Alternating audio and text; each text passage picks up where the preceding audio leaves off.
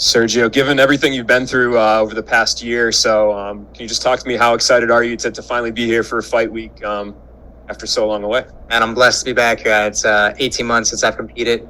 Long time away. Learned a lot last year. More personal stuff than than I expected. But everything played out really well. I think I made the right decisions and I made the right moves to come back and have a successful Friday night. How difficult is that mentally as a champion? You're on top of the world. You got a Grand Prix coming up. You got your face at the top of every poster and whatnot. And then to suffer something like that, I mean, was it a tough mental hurdle for you to get over? Or was it, from the get-go where you just kind of focused on the tasks that you needed to do to get back in there? It was definitely hard to come over at first. I missed on a chance to have 3 fights last year and possibly become a millionaire. So, yeah, definitely interesting last year. But I think it was like a sign from the universe, man. I came into the sport, trying to create a legacy. And for a bit, it started becoming about money. Or I'm like, okay, what can I buy next? What's next for me as far as merchandise or, stuff that I don't really pay attention to usually. And I feel this comeback fight is the fight, that I need to really create this legacy that I'm trying to take. Obviously, I know you were itching probably when you were watching that Grand Prix, like, oh, I wish I was in there. But kind of what was your takeaways from it? Were you surprised that ultimately the Patchy Mix was the guy that came out on top? Was that surprising? You know what? It's MMA. Anything could happen out there. I was losing a 3-round fight and ended up landing a spinning back fist. MMA is crazy. So definitely sucks to watch Rafian go through that. He's my teammate and my boy, but that's how MMA works, man. Patchy looked really good last year. He did everything he needed to do to get that $1 million. Went through Horiguchi, Magomedov, and put the cherry on top with that beautiful finish. Definitely impressed. So as you were gearing up to tell Bellator, like, I'm ready to go, I'm ready to fight, it's kind of coinciding with this tournament final, right? Where, you'd probably want to fight before rather than sit out and wait for whoever was going to win mix and stats. So when did the Patricio option kind of get presented to you? Was it just immediately, or was it something that you guys kind of figured out yourselves? Yeah, my coach was actually talking to me about it. He's like, I hear Patricio's trying to come down to 135 and become a 3-time division champ. And it was around like December, January. He made a post on Instagram and tagged Patricio and his team in it, and they jumped on it right away. Bellator jumped on it right away, and that's how I think things kind of played out. Just the Instagram post.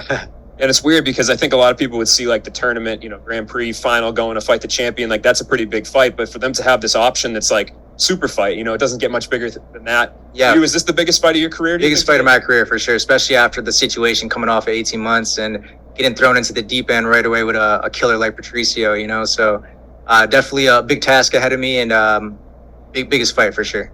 So how do you crack that code? He's lost before. People have beaten him. He seems to have a good knack for figuring them out later on in other fights, but he's a guy that's really tough for anybody to beat. So do you feel pretty confident despite his resume? Like, you have for sure. I mean, I feel just the person I became over these last couple months. I'm different now, man. I had a super high and a super low, and right now I'm at the middle where I'm peaceful and calm and just collective, ready to go out there and go to war. And if I put everything together and have some fun Friday night, I believe I will be the one with my hand raised. Him dropping in weight, is there any sort of changes you expect to see out of the 135-pound version of Patricio? Can you prepare like that for some sort of intangibles that could come with the weight? I mean, I'm sure with the amount of time he had to prepare for this fight, he probably put in the right money to get his nutrition right and prep for making his weight down to 135. So I don't think he'll have any issues personally, but I fought at 125 before. I know how it feels to drop an extra 10 pounds, and it's a lot, especially as you get older. So I'm sure it might affect him just for that night, but once he rehydrates, he'll be back to the same killer he was. I was wondering, have you talked to him at all this week yet? Have you seen him? Because he's kind of one of those guys that likes to poke at his opponent a little bit. Has there been any of that? No, I haven't really talked to him at all. I mean, before we were gonna fight, I went up to him and shook his hand. That's about it. But other than that, no, we haven't talked at all. I know he brought out my coach recently, my old coach, to go out there and train with him. So I think they're trying to play some head games with me and get me out of my comfort zone and my element. But yeah, nothing so far this week. What did you think of that when you heard that? Did you, like you said, do you think it's just a mind game, or do you feel like, or is there a little bit of like, oh no, what does he know? No, I mean, my coach, he was my coach 3 years ago, and I've changed so much from these last 3 years. So definitely I feel like it was a mind game. They try to make it a big deal, like, oh, we got a special guest coming out. And I heard about a couple days before who it was, and I'm like, it's okay, man. Like, it is what it is. It's business.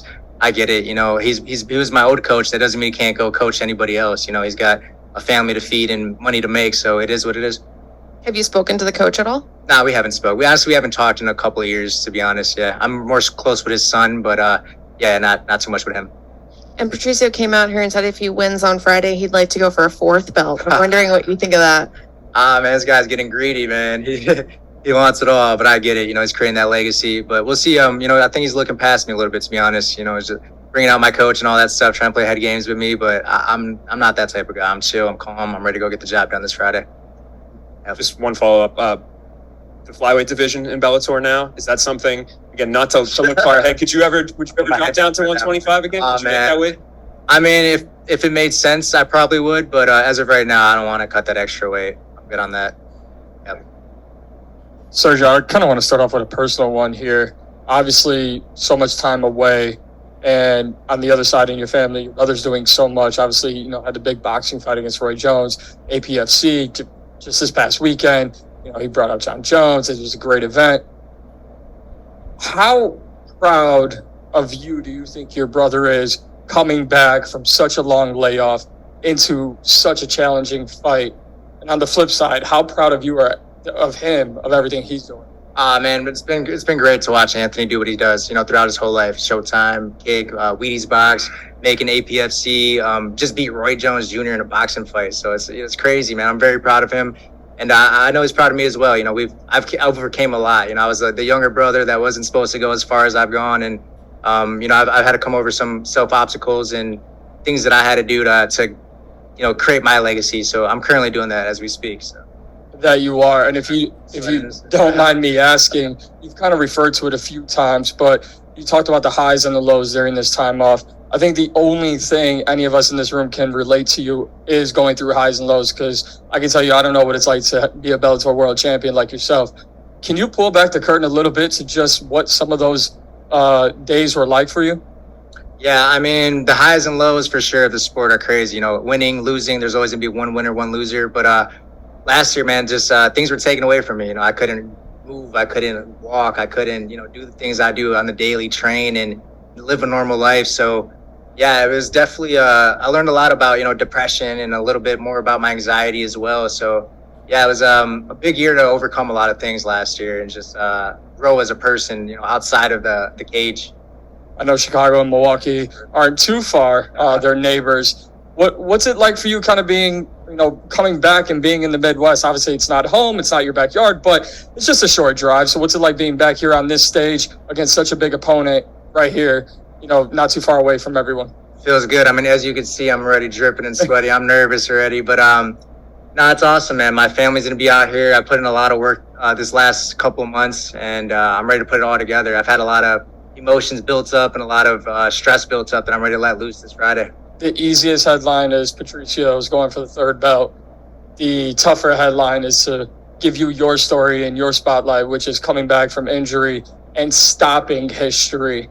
What's more important, just getting back to being yourself or stopping who many consider to be one of the best to ever step inside the Bellator cage? Dang, I am drip. I'm sorry, guys. I got a lot of water in me. I didn't realize that. But yeah, I mean, I'm not really worried about this whole narrative of 3-time champion or even just whole me coming back. I feel like I've gotten better, to be honest. I've gotten a lot better in the sport and as a person. So I'm just really excited to do that. All the narrative at the end of the day, it's cool for the social media stuff and all the media, whatever. But I'm gonna go out there and do what I got to do. Get this job done and create my legacy. And may the best man win at the end of the day, man. May the best man win. My last one. I promise, my last one.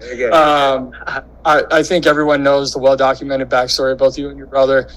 I know, being from the Midwest, it's not easy for a lot of people, whether it be here in Chicago or in Milwaukee or many places.